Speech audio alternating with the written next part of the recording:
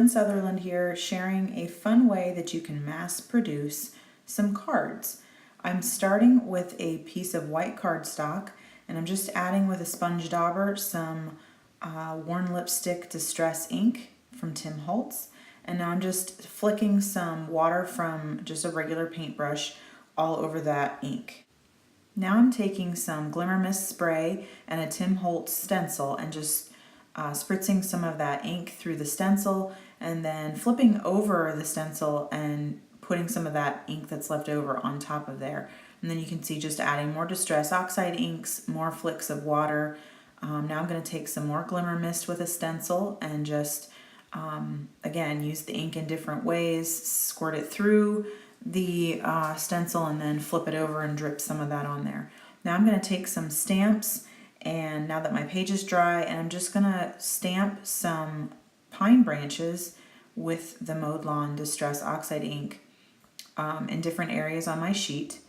And I'm doing this first and second generation, and then I'm going to take a poinsettia image, and I'm going to do the same thing with the Worn Lipstick Distress ink.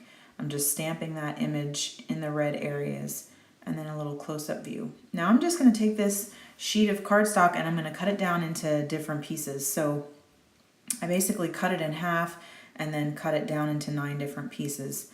And now I'm just applying the little strips of paper to some white card bases, and this is going to give me my 9 different cards.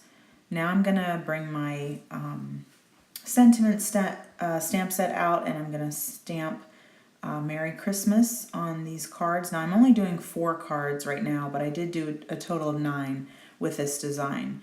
And then I'm going to add a little to you and yours down in the bottom corner as well. Now the cool thing about these cards is they can be done as they are. You don't have to add anything else to these cards, but I thought I would show you a variation where I add an image to one of the cards just to add a little something more to it. So I'm using a cardinal image, and I just basically watercolored that with NeoColors.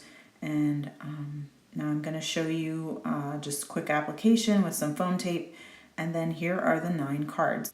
You can see the 4 at the top are just as is, and the 5 at the bottom have added images to them. I do hope you enjoyed this fun tutorial showing you how you can very quickly mass produce a number of cards. Thanks for watching.